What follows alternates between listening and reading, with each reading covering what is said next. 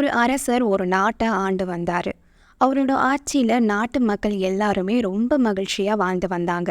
செல்வ செழிப்போட நாடும் இருந்துச்சு. ஆனா அரசருக்கு ஒரே ஒரு குறை மட்டும் இருந்தது. அரசருக்கு ஆண் வாரிசு இல்லை. ஒரே ஒரு இளவரசி மட்டும் இருந்தா. அதனால அந்த நாட்டோட வருங்காலத்தை நினைச்சு இளவரசிக்கு திருமணம் செய்து வைக்கணும்னு அமைச்சரை கூப்பிட்டு ஆலோசனை கேட்கிறாரு. அதன்படி ஒரு போட்டி அறிவிக்கிறாங்க. அது என்னன்னா, ஒரு குளத்துல விஷ ஜந்துக்களை விட்டுடுவாங்க. அந்த குளத்தோட ஒரு கரையில இறங்கி யார் ஒருவர் மறு கரைக்கு வராங்களோ அவங்களுக்கு இளவரசிய மனம் முடித்து அந்த நாட்டோட அரசனா முடிசூட்டணும்னு அமைச்சர் எல்லா நாட்டு இளவரசர்களுக்கும் ஓலை அனுப்புறாரு. இளவரசி ரொம்பவே பேரழகி. எப்போ இந்த வாய்ப்பு கிடைக்கும்னு எதிர்பார்த்த இளவரசர்களுக்கு இந்த செய்தி ரொம்ப மகிழ்ச்சியாவே இருந்துச்சு. போட்டிக்கு கலந்துக்க தயாருன்னு பதிலும் அனுப்புறாங்க.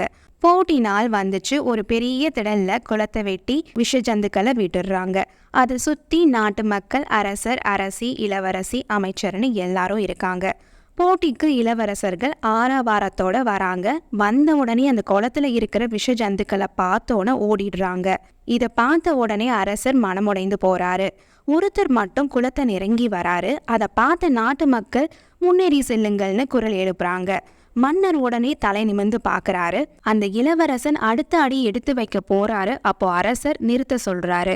போட்டி முடிஞ்சது, இவருதான் போட்டியில வெற்றி பெற்றாருன்னு சொல்றாரு.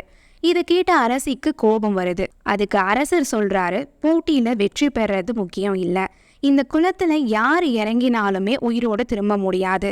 அது தெரிஞ்சோன எல்லாருமே ஓடிட்டாங்க.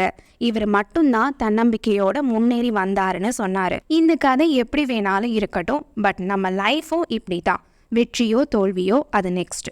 ஆனா தன்னம்பிக்கையோட அதை எதிர்கொள்ளணும். யார் ஒருத்தர் தன்னம்பிக்கையோட எல்லாத்தையும் எதிர்கொள்றாங்களோ அவங்களுக்கு சீக்கிரமே வெற்றி நிச்சயம்.